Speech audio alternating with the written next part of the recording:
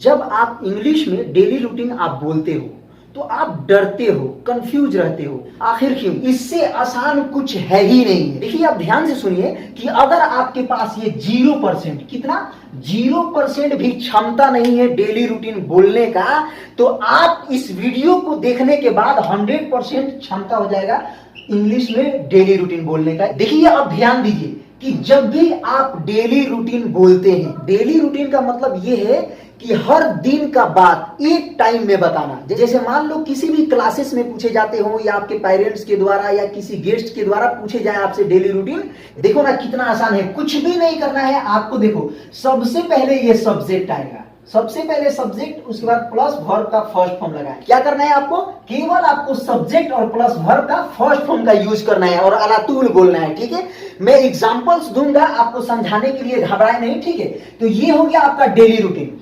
और अगर आप सिर्फ एक दिन का रूटीन बता रहे हैं, सिर्फ एक दिन का, तो आपको क्या करना है? कुछ भी नहीं करना है, ये सब्जेक्ट प्लस वर्ब का सेकेंड फॉर्म का यूज करना है। इतना याद रखिए और आंख बंद करके आप बोलते रहिए। अभी एग्जांपल्स दूंगा। और अगर फ्यूचर की भी बात बताना चाहते हैं कि मैं ये करूंगा, वो करूंगा, दिस करूंगा, दैट करूंगा, लिमका करूंगा, ढिमका करूंगा, तो आपको कुछ नहीं करना है, केवल ये subject plus will plus verb का फर्स्ट फॉर्म प्लस ऑब्जेक्ट। ठीक, अब देखिए यहां पे आप ध्यान दीजिए कि जब आप डेली रूटीन बोल रहे हैं, क्या बोल रहे हैं? जब आप डेली रूटीन बोल रहे हैं तो यहां पे आप प्रेजेंट इंडेफिनिट टेंस का सेंटेंस यूज करते हैं। किसी के सामने डेली रूटीन बोलने से पहले टाइम को देखा जाता है कि किस टाइम में आप अपना डेली रूटीन बता रहे हैं, बोल रहे हैं। तो अगर मॉर्निंग में बोल रहे हैं तो वहां पे सबसे पहले आपको बोलना होगा गुड मॉर्निंग। और अगर दोपहर में किसी को बता रहे हैं तो वहां पे बोलना होगा गुड आफ्टरनून। अगर शाम में यही डेली रूटीन आप बता रहे हैं किसी से तो वहां पे बोलना होगा गुड इवनिंग। उसके बाद आप स्टार्ट करेंगे अपना डेली रूटीन। तो यहाँ पे आप क्या बोलते हैं? आप बोलते हैं मैं सुबह में 5 बजे उठता हूँ, मैं वॉशरूम जाता हूँ, मैं ब्रश करता हूँ, मैं ये करता हूँ, वो करता हूँ, लिमका करता हूँ, ढिमका करता हूँ, स्कूल जाता हूं, उससे बात करता हूं, टीवी देखता हूं, कुछ भी करता हूं। किसी भी काम को अंजाम देते हो डेली, उसको बतलाने के लिए सिंपल सी है सब्जेक्ट प्लस वर्ब का फर्स्ट फॉर्म। तो सबसे पहले आप बोलते हैं सेंटेंस कि मैं सुबह 5 बजे उठता हूं, या जितना बजे उठते हो उस तरीके से बोलते हो।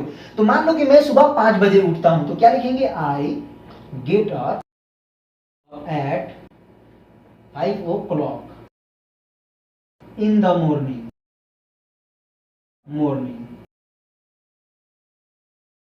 I get up at 5 o'clock in the morning। मैं सुबह 5 बजे उठता हूं। तो उठने के बाद कोई भी कार्य करते हो, किसी भी कार्य को करते हो, तो एक कार्य बताने के बाद, यानी कि एक सेंटेंस बोलने के बाद आपको 2 चीज का यूज करना है, 3 चीज का यूज करना है। जैसे में आप आफ्टर देन का भी यूज कर सकते हैं, आफ्टर दिस का भी यूज कर सकते हैं, देन का भी यूज कर सकते हैं। तो मैं सुबह 5 बजे उठता हूं, उसके बाद उठने के बाद आप क्या करते हो? जैसे आप बोलते हो after that I go to washroom। मैं सुबह 5 बजे उठता हूं, after that I go to washroom. उसके बाद मैं वॉशरूम जाता हूं। इसके बाद आप बोल सकते हैं after then I brush my teeth. After then I brush my teeth. Washroom जाता हूं, वॉशरूम जाने के बाद मैं अपना दांत धुलता हूं। इसके बाद बोलते हैं then I take breakfast. Then I take breakfast. उसके बाद मैं नाश्ता करता हूं। इस तरीके से आप सेंटेंसेस बोलते हैं। तो देखिए यहां पे हर जगह आप क्या किए हैं? हर जगह आप वर्ब का फर्स्ट फॉर्म लगाए हैं। किसके बाद? सब्जेक्ट के बाद। हर जगह वर्ब का फर्स्ट फॉर्म लगाए हैं। किसके बाद? सब्जेक्ट के बाद। हर जगह वर्ब का फर्स्ट फॉर्म लगाए हैं सब्जेक्ट के बाद। तो इतना याद रखिएगा, कुछ भी नहीं करना है, आंख बंद करके सब्जेक्ट के बाद वर्ब का फर्स्ट फॉर्म यूज करना है। नाश्ता करने के बाद आप बोल सकते हैं after that I go to school, I go to college, I go to here, I go to there. और एक बात पे यहाँ पे आप ध्यान देना, यहाँ पे ये पहले वाले सेंटेंस में आप आई गेट अप बोले हो कि मैं उठता हूं। ठीक है, तो यहाँ पे आपको क्या करना है कि गेट अप का मतलब भी उठना होता है और वेक अप का मतलब भी उठना होता है। क्या? वेक अप का मतलब भी उठना होता है। ठीक है, वेक अप। लेकिन देखिए यहां पे फर्क ये होता है कि गेट अप जब इंसान उस समय लगाता है कि जब आप अपने मर्जी से उठते हो, तो वहां पे गेट अप का यूज करेंगे।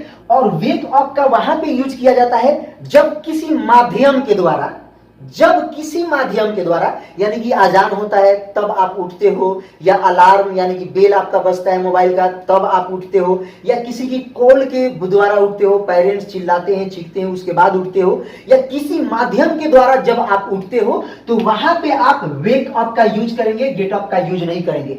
जब अपने मर्जी से नींद पूरा होने के बाद आप उठते हो तो वहां पे गेट अप बोलेंगे, और जब अपने मर्जी से नहीं उठते हो, किसी चीज के माध्यम से उठते हो, तब वहां पे वेक अप का यूज करेंगे। तो यहाँ पे अब ये समझ में आ गया होगा आपको कि कितना आसान है डेली रूटीन बताना। कुछ भी नहीं, केवल सब्जेक्ट और उसके बाद वर्ब का फर्स्ट फॉर्म। अब देखिए, अगर सिर्फ एक दिन का आप रूटीन बताते हो, सिर्फ एक दिन का, तो आपको कुछ भी नहीं करना है। यहाँ पे पास्ट इंडेफिनिट टेंस के सेंटेंस को यूज किया जाता है। सब्जेक्ट प्लस वर्ब का सेकेंड फॉर्म पास्ट में बोलेंगे, सारा सेंटेंस पास्ट में रहेगा।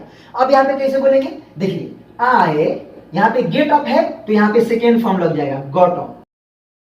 यहाँ क्या हो गया, वर्ब का सेकेंड फॉर्म हो गया, ठीक है, ये ध्यान देना है। आई गॉट अप एट, बाकी सारा सेम है, eight 5 o'clock in the morning, ठीक है, मॉर्निंग यहाँ पे मान लो डैश डैश में, यहाँ पे in the morning. I got up at 5 o'clock in the morning, मैं सुबह 5 बजे उठा। क्या हुआ यहाँ पे, मैं सुबह 5 बजे उठा, पास्ट में बोल रहे हो, 5 बजे उठा, उसके बाद मैं वॉशरूम गया। यहाँ पे क्या था, यहाँ पे था कि मैं वॉशरूम जाता हूं, डेली रूटीन बता रहे थे, लेकिन यहाँ पे एक दिन का सिर्फ रूटीन बता रहे हैं, क्या कि मैं वॉशरूम गया। तो क्या बोलेंगे, after that I went to washroom, I went to washroom. यहाँ पे क्या है, यहाँ पे वर्ब का फर्स्ट फॉर्म यूज हुआ है, ठीक है, गो, और यहाँ पे क्या हो जाएगा, वर्ब का सेकेंड फॉर्म, ठीक है, went. After that I went to washroom, उसके बाद मैं वॉशरूम गया। 5 बजे सुबह में उठा, उसके बाद मैं वॉशरूम गया। उसके बाद आप बोल सकते हैं कि वॉशरूम के बाद मैं ब्रश किया, ठीक। आफ्टर दैट आई ब्रश, यहाँ पे ईडी लग गया, ठीक है, तो ये वर्ब का सेकेंड फॉर्म हो गया। यहाँ पे ब्रश केवल था, यहाँ पे वर्ब का फर्स्ट फॉर्म यूज किए, यहाँ पे ब्रश से ब्रश्ड हो गया। After then I brushed my teeth, ठीक है, मैं अपने दांत को धोया। धोने के बाद आपने क्या किया, मैं नाश्ता किया। क्या किया आपने, नाश्ता किया। तो क्या बोले, देन एन आई टूक, यहाँ पे टेक था ना, तो यहाँ पे टेक का क्या हो जाएगा, टूक, वर्ब का सेकेंड फॉर्म यहाँ पे हो जाएगा। आई टूक ब्रेकफास्ट, देन आई टूक ब्रेकफास्ट, मैं नाश्ता किया, ठीक। इसके बाद आप बोल सकते हैं after that I went to school, I went to college, I went to here, I went to there, कुछ भी बोल सकते हैं। और जितना भी कार्य को उस दिन किए हैं आप बता सकते हैं, सीधा आंख बंद करके सब्जेक्ट प्लस वर्ब का सेकेंड फॉर्म यूज करना है। और यहां पे देखिए, ये जो है, ये फ्यूचर के बाद जब आप बताते हो, डेली रूटीन में यूज करते हो कि मैं कल इतना बजे उठूंगा, इतना बजे ब्रश करूंगा, इतना बजे वॉशरूम जाऊंगा। वॉशरूम तो इतना ससुरा बोलते नहीं हो, बोलोगे भी नहीं, ठीक है, लेकिन मतलब होता है ना कि मैं कल ये करूंगा, क्रिकेट खेलने जाऊंगा, उससे मिलूंगा, ये करूंगा, वो करूंगा, दिस करूंगा, दैट करूंगा। अगर डेली रूटीन में आप बोलते हो या एक दिन के रूटीन में बोलते हो, तो यहाँ पे क्या बोलोगे, मैं सुबह 5 बजे उठूंगा। तो कैसे बोलोगे, एकदम सिंपल है भैया। I will get up, will को केवल लगाना है, और उसके बाद वर्ब का first form, I will get up at 5 o'clock in the morning, मैं सुबह 5 बजे उठूंगा। तो will लग गया, तो क्या मुराद हुआ कि आने वाले समय की बात कर रहा है, ठीक है।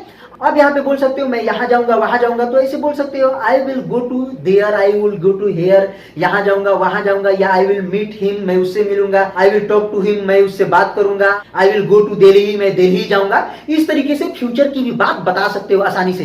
तो देखे ना, डेली रूटीन बताना कितना आसान है, जो आप एकदम पहाड़ की तरह समझते थे, सोचते थे, अब आप आसानी से अपना डेली रूटीन बता सकते हैं। तो दोस्तों, अगर अभी तक आप मेरे JCC spoken English classes channel को आपने सब्सक्राइब नहीं किया है, तो प्लीज मेरे JCC spoken English classes channel को सब्सक्राइब कर ले।